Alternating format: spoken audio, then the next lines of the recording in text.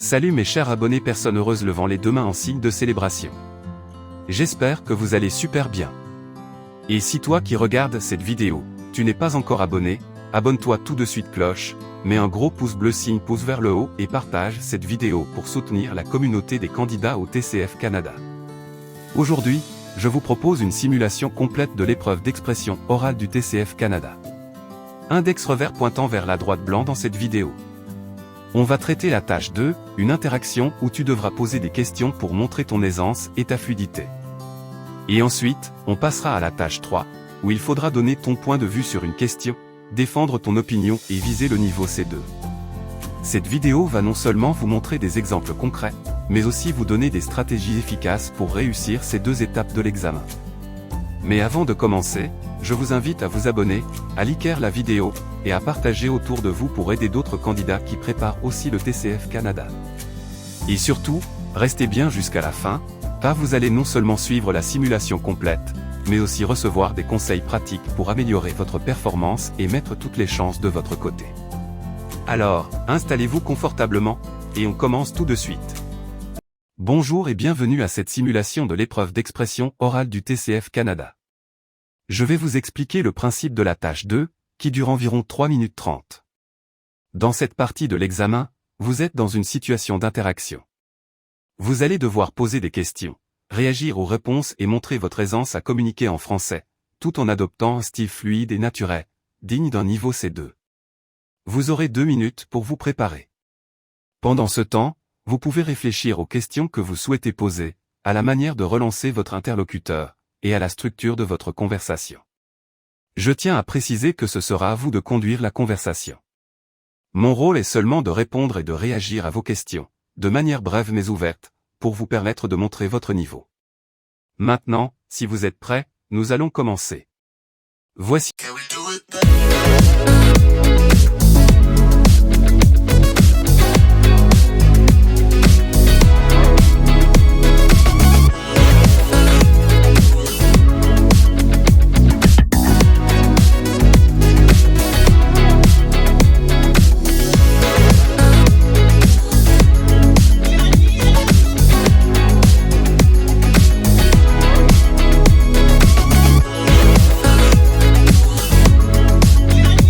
Le sujet.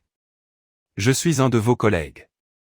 Vous êtes arrivé récemment dans l'entreprise et vous souhaitez en savoir plus. Vous me posez des questions sur le fonctionnement de l'entreprise, organisation, ambiance, cantine, etc.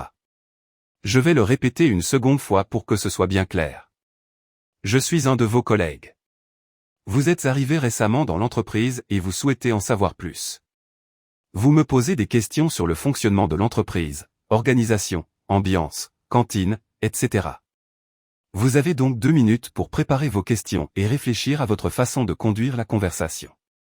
Je vous rappelle que vous devez être naturel, fluide, et utiliser un vocabulaire varié. Pause 2 minutes pour la préparation. Après ces 2 minutes, vous pourrez commencer la simulation en me posant vos questions. Candidat. Bonjour, je viens d'arriver dans l'entreprise et j'aimerais mieux comprendre comment elle fonctionne. Est-ce que je peux vous poser quelques questions? Examinateur. Oui, bien sûr, allez-y. Candidat. Merci. Pour commencer, comment est organisée l'entreprise? Y a-t-il plusieurs services? Examinateur. Oui, il y a plusieurs services, la production, le commercial et les ressources humaines. Candidat, relance. Ah d'accord. Et est-ce que ces services travaillent ensemble régulièrement? Où chacun fonctionne surtout de manière indépendante. Examinateur. Il collabore souvent, surtout pour les projets importants. Candidat, rebond. Je vois. Et dans ce cas, est-ce qu'il y a beaucoup de réunions pour coordonner tout ça? Examinateur. Oui, une réunion chaque semaine. Candidat. Très bien. Et concernant l'ambiance générale, comment la décririez-vous entre collègues? Examinateur. Plutôt convivial, les gens s'entendent bien. Candidat, relance. C'est rassurant. Mais quand il y a beaucoup de travail, est-ce que l'ambiance reste agréable? Examinateur. Oui, même si la pression se ressent un peu. Candidat, rebond. Je comprends. Et pour renforcer cette ambiance, est-ce qu'il y a parfois des activités collectives? Examinateur. Oui, on organise des repas d'équipe et une sortie annuelle. Candidat.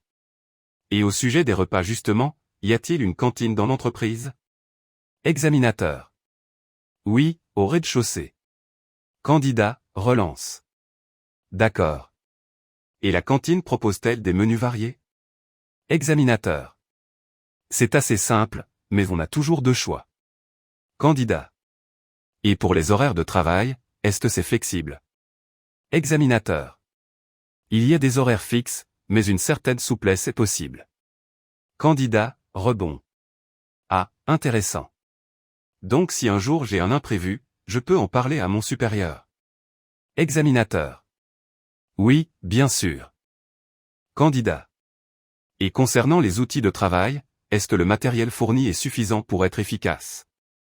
Examinateur. Oui, on a l'essentiel, ordinateur, logiciel et tout le nécessaire. Candidat. Très bien. Et si jamais un outil ne fonctionne pas, y a-t-il un service technique qui s'en occupe? Examinateur. Oui, il y a une équipe d'assistance. Candidat. Autre question, comment se passent les évaluations du travail? Y a-t-il des suivis réguliers? Examinateur. Oui, une évaluation tous les 6 mois. Candidat. D'accord. Et ces évaluations servent-elles seulement à juger le travail ou aussi à discuter des perspectives d'évolution? Examinateur. Un peu des deux. Candidat. Et concernant la hiérarchie, est-ce que les responsables sont accessibles facilement? Examinateur. Oui, ils sont plutôt ouverts. Candidat.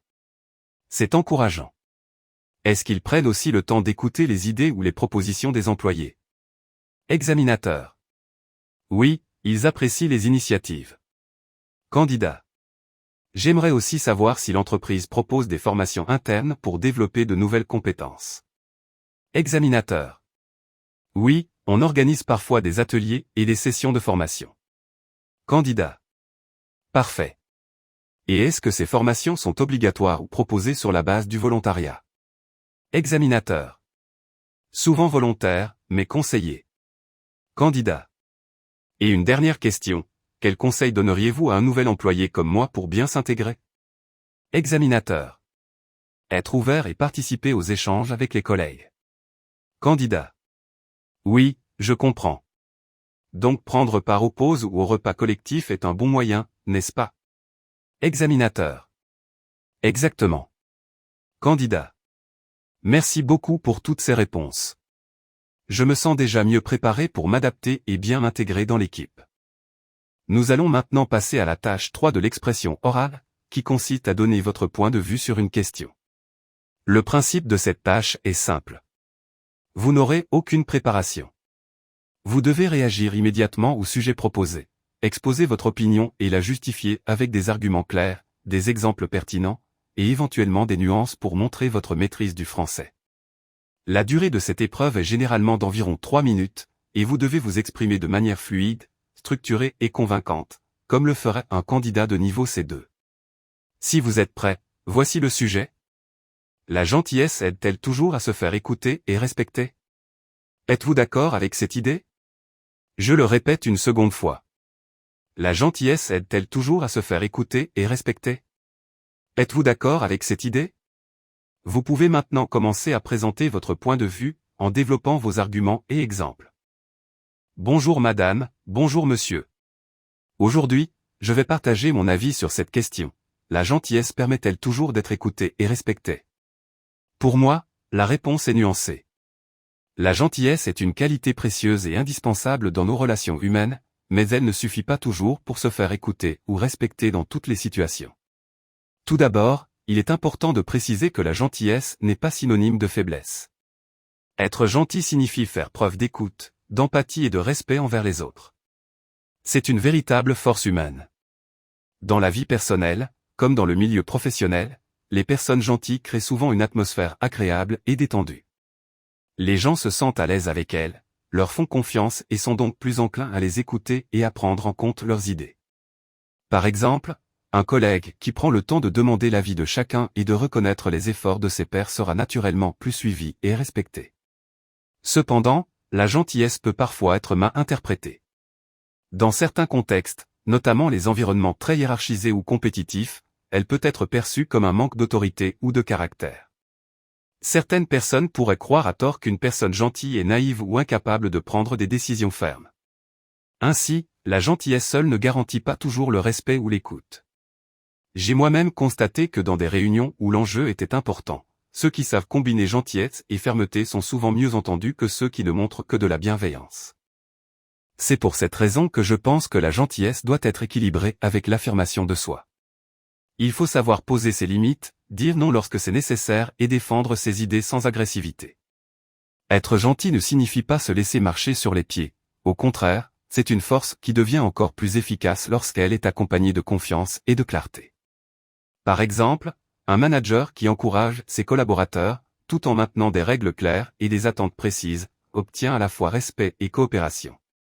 De plus, la gentillesse peut avoir différents effets selon les personnalités des interlocuteurs. Certaines personnes sont réceptives et valorisent cette approche, tandis que d'autres peuvent essayer d'en profiter. C'est pourquoi il est essentiel de développer aussi son discernement et son assurance personnelle. Apprendre à ajuster sa gentillesse selon les situations est une compétence précieuse. Pour conclure, je dirais que la gentillesse est une qualité qui favorise grandement l'écoute et le respect, mais seulement lorsqu'elle est accompagnée de confiance en soi, de fermeté et de discernement. Elle ne doit jamais être abandonnée, mais il faut savoir la combiner avec l'affirmation de ses idées et la capacité à poser des limites. C'est cette alliance qui permet d'être réellement entendu et respecté. Merci beaucoup de m'avoir écouté. Voilà, nous arrivons à la fin de cette vidéo. Article de fait. J'espère que cette simulation complète des tâches 2 et 3 de l'expression orale du TCF Canada vous a permis de mieux comprendre comment interagir, poser vos questions, relancer et donner votre avis avec confiance et fluidité. Si vous avez aimé cette vidéo, abonnez-vous maintenant à la chaîne cloche, laissez un gros pouce bleu signe pouce vers le haut, et partagez-la avec tous ceux qui préparent le TCF Canada. Chaque abonnement et partage nous aide à créer encore plus de contenu utile pour vous. Et surtout, laissez un commentaire juste en dessous, dites-moi quelle partie vous a le plus aidé, ou quelle question du TCF vous souhaitez que l'on simule dans une prochaine vidéo. Je lirai tous vos commentaires et je pourrai vous donner des astuces personnalisées pour progresser rapidement. Main qui écrit.